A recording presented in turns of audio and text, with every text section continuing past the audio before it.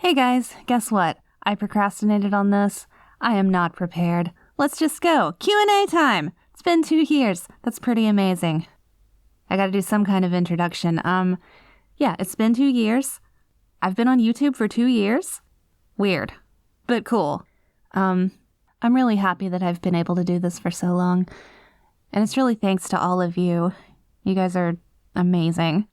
And you've made this an awesome experience for me, and I'm really bad at doing stuff off the cuff, so introduction over. Questions.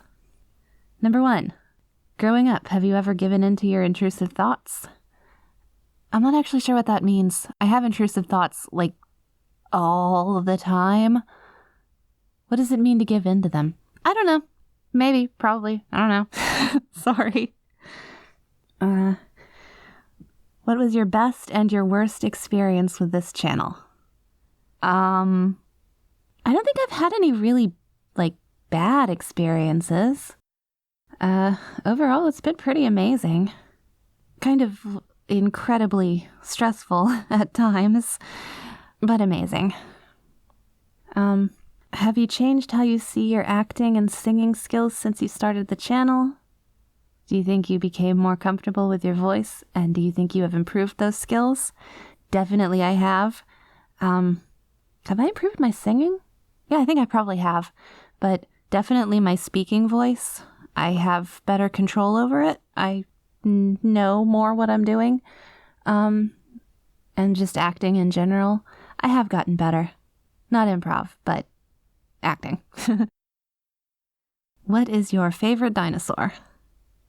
Well, when I was a little kid, I would have said Triceratops, mostly because I grew up with the Land Before Time movies and Jurassic Park. Those were some of my favorites, and my favorite scene in Jurassic Park for some reason was when Dr. Sadler was just digging through the Triceratops poop. I thought it was really funny. I was a little kid. I liked poop. Poop is funny. But actually, I had this book about dinosaurs, and my kindergarten teacher did not believe that I already knew how to read. I was reading at a super early age. So my mom told me, take your dinosaur book to school, pick a random chapter, read it to your teacher. Then she'll believe you. So I did. And so she had me pick a chapter to read to the entire class, which was awful. I was painfully shy and I didn't want to do it, but I did. We picked my favorite chapter about my favorite dinosaur in the book, the only female dinosaur. All the others highlighted were dudes. And I only wanted to read about girls, so I read them the chapter about Archaeopteryx. She was my favorite because she was a lady. But also, it was pretty cool. It's kind of in between our concept of a dinosaur and a bird. Of course, this was in the 90s. I think my book was actually even older than that. So at the time, we didn't know anything about feathered dinosaurs, so Archaeopteryx was the only one in the book with feathers, and I thought that was cool. Because, wow, it's almost like a bird. I didn't know anything. This is very rambling. Moving on. Do you have a favorite character or genre you like to voice? I like the Evil Queen. I want to do a million more scripts about her. But in general, you know me. I like my perky yanderes and ditzes and giggly monster girls and, stuff. It's fun to try new things too, so, sometimes it'll just be whatever. How would you say your experience has been here, both with YouTube as a platform and with us, the fans? You, the fans, are freaking amazing. I love you guys. YouTube is fine. The process of getting myself monetized was difficult. A little annoying, I have to admit. But I got through it, it's fine. YouTube is fine. It's better than the alternative, which would be just, me going out in the street, performing role plays for individual people, strangers. I don't know where I'm going with this. What was the most utterly mediocre place you've been? Indiana? Nah, Indiana's fine. I mean, I guess I just drove through it. This was 15 years ago. I don't even remember. Yeah, it's hard to remember a place that's mediocre, because what's memorable about it? I don't know. What's my favorite recording? I don't know. Probably one of the ones I did for Halloween last year. I love the spooky ones. That was, the event was too much. I will not be doing that again, but the horror stuff is really fun. Is there a roleplay you've recorded that you think is underappreciated? I don't know, man, probably. To be honest, I'm surprised that anything I do gets any appreciation. I don't mean that in like a self-deprecating way. I'm expressing my gratitude. I'm happy that anything that I've done finds any audience. It's not a real answer, but it's the best I've got. What's your favorite hobby? What is my favorite hobby? I feel like I don't really do anything anymore. I used to dance, but I don't anymore. I used to do a lot of writing, which is really something that I should be applying to this channel, but I hardly ever write my own scripts. I should write my own scripts. Why don't I do that? I'm gonna try writing a script. It's not really an answer to your question, but I'm just gonna add that to my to-do list. Why did you start doing voice acting / audios? Well, when Vanilla Velvet started her channel, she got me to collaborate on one of her earliest ones, and it was so much fun that I decided to do it myself. It's that simple. What are some of your favorite books or movies, and do they influence any of the videos you make? Well, my evil queen voice is kind of inspired by the main female character from Robin Hood Men in Tights and Dracula Dead and Loving It, Amy Yasbeck. I think that's her name. She, like me, is not English and did a frankly ridiculous accent, so I love it. She was really funny. So, yeah, I love Mel Brooks. I like horror movies, classic Universal monster movies, Hammer horror. Loving those definitely influenced my desire to do Monster Girls and spooky stuff. I'm pretty sure I said this last year, but my favorite writer is C.J. Cherryh. She writes mostly science fiction. Not sure if that's influenced anything I've done, but she's really cool, and she had a huge influence on my writing, so yeah, if I end up writing more scripts, I will probably just steal wholesale from her. And then that'll be an influence on the videos I make. I shouldn't steal. I'll borrow. If you put your mind to it, could you write a song? Absolutely. I wrote a ton of music in high school. It wasn't very good, but I did technically write it. It's been a few years since I tried, and my music was kind of weird and experimental, and plus I was too shy to ever perform it for anyone, so but I did technically write the songs. Moving right along. How did you get into ASMR? Answered that one. Do you have any particular audios you especially enjoyed making? I think I answered that too. Really, I enjoy making all of them. Do you listen to any audio RPs? Unfortunately, no. I don't really have the attention span for it at the moment.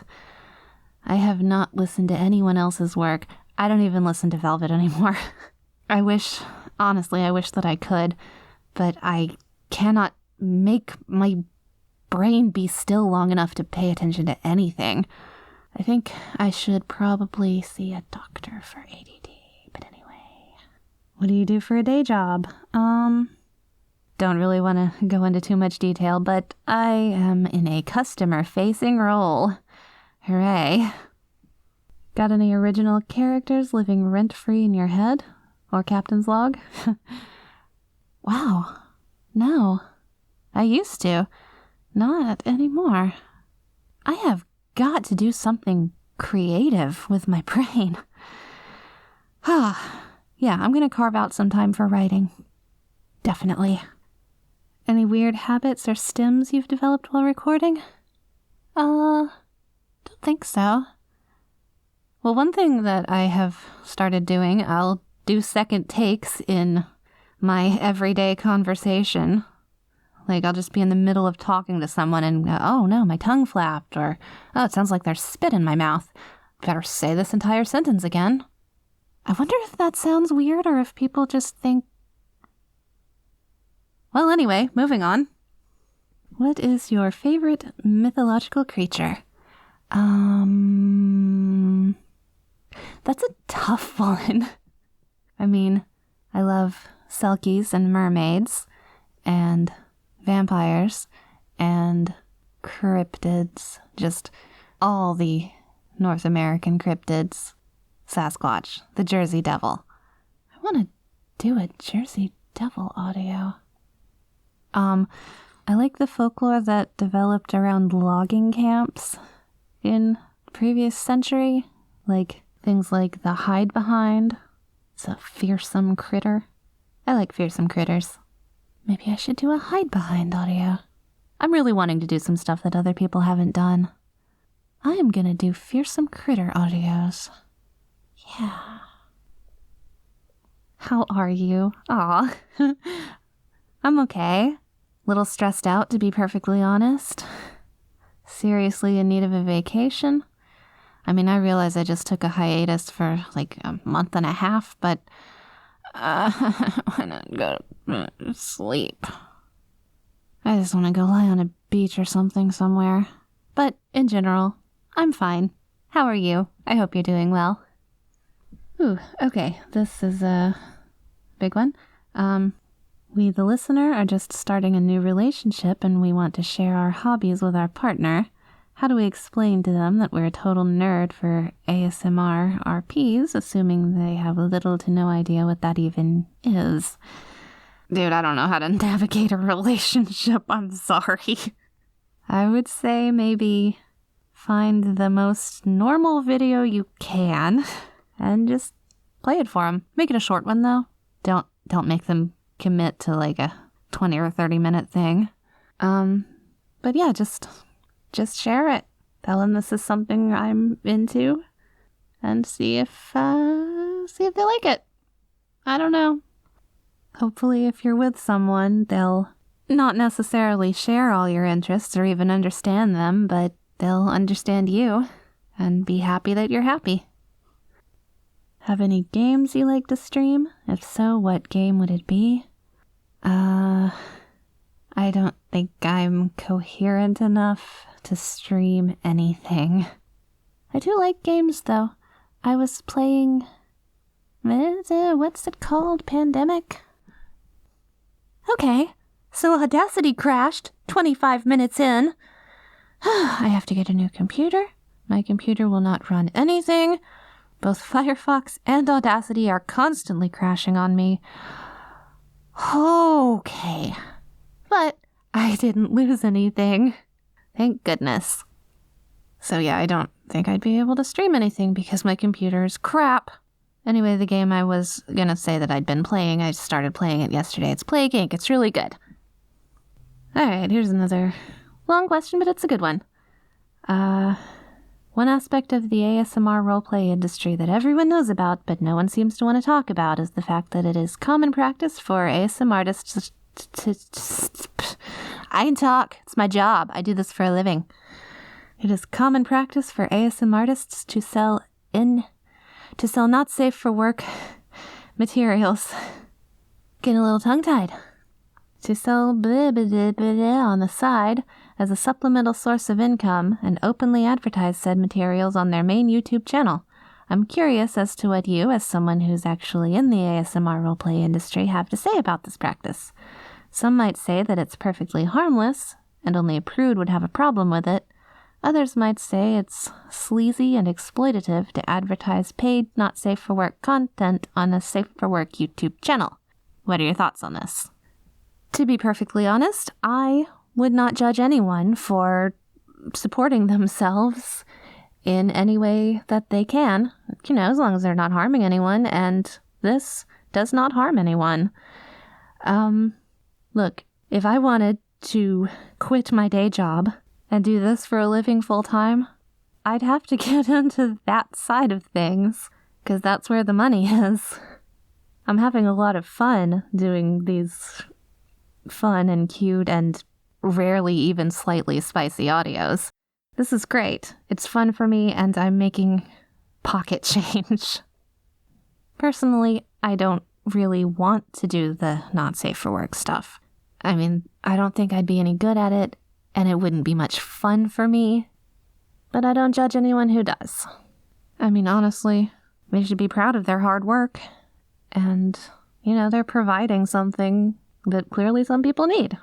So, it's not something I'm ever likely to do. But everybody else, you do you. It's cool.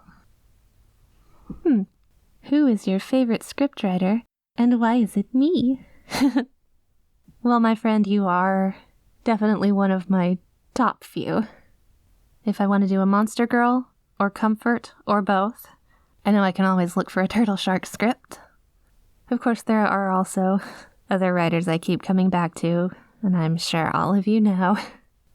But every writer brings a little something different to the table. Real question, where did the name Juniper Justice come from? Did I answer this one last year? Well, anyway, I thought alliteration would be cool. I thought juniper berries were green. It turns out they're not, but green is my favorite color, so I wanted to do something green, and I thought juniper, meh. And justice just sounds cool. I don't know, it seemed like a good idea at the time. Casual gaming or hardcore killer extreme ultimate death bloodbath psychosis gaming? Oh, sure, I can say that. Stumble over ASM artist, but I can say all that. It really depends on the day, because I do like both. Sometimes I want a challenge, sometimes I just want to clickety-clickety. And to be honest, lately I have been so tired and so stressed, and I just need a break. And I just want to click the buttons and get the serotonin, dopamine hits and just relax. How did you feel more confident doing these audios? It's just a matter of doing it. I was really scared at first. I didn't think I was going to be a good enough actress. I didn't think my voice sounded good.